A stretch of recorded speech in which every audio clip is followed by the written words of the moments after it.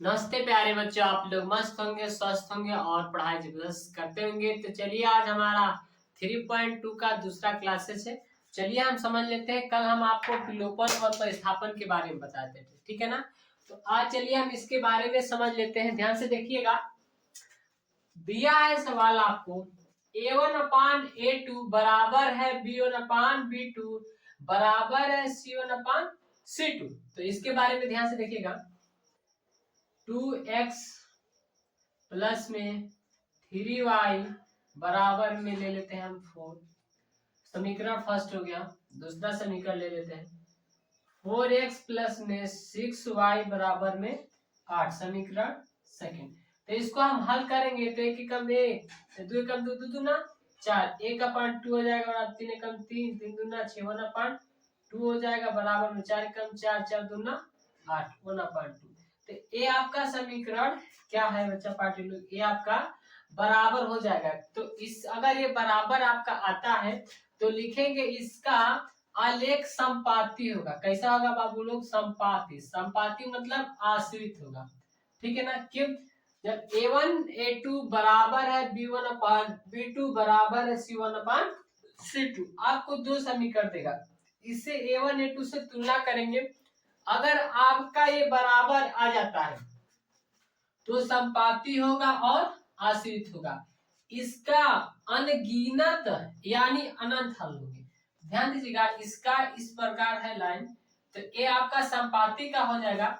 इसमें कह रहा अनगिनत यानी इसको कहिए या इसको कहिए, अनंत हल होंगे।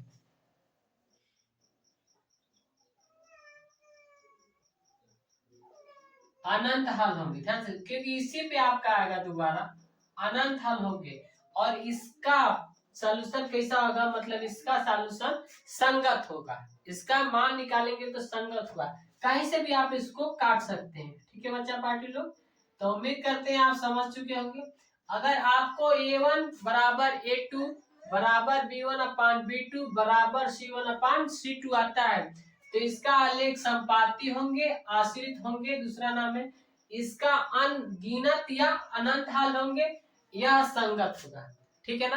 तो चलिए हम इसके टॉपिक अब दूसरा देख लेते हैं।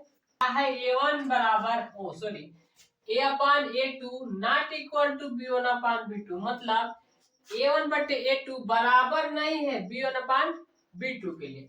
तो इसका लिखेंगे, इसका आलेख प्रतिच्छेद होगा या कह सकते अविरोधी होगा। दूसरा कंडीशन, इसका आलेख अद्वितीय हल होगा यानी कह सकते हैं एक हल होगा, यह संगत होगा।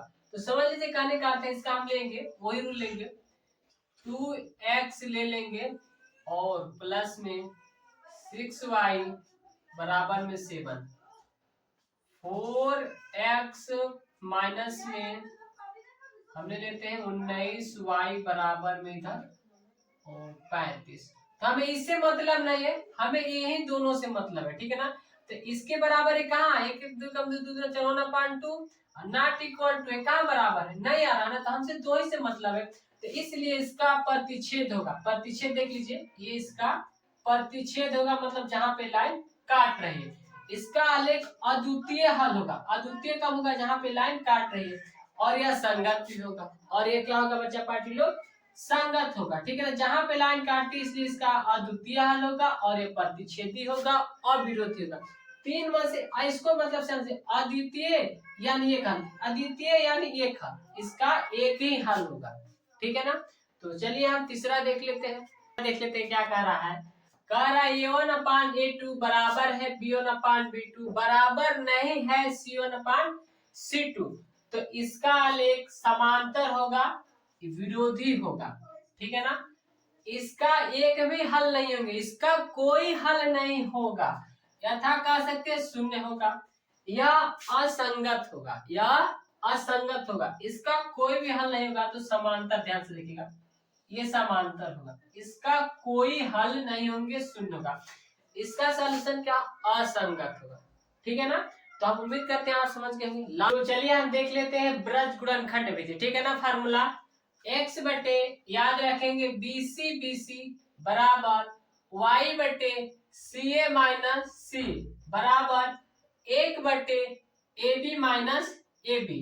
एक बार फिर देख लीजिएगा, x बराबर में B C minus B C बराबर y बटे में सी ए माइनस सी ए, 1 बटे में A B minus A B. इसका ट्रिक है 12 21 12 21 और 12 21 सेम उल्टा कर देना। ठीक है बच्चा पार्टी लोग, तो ये आप हमारा लास्ट, ये 3.2 का लास्ट हमारा क्लासेज है जो फार्मूला का।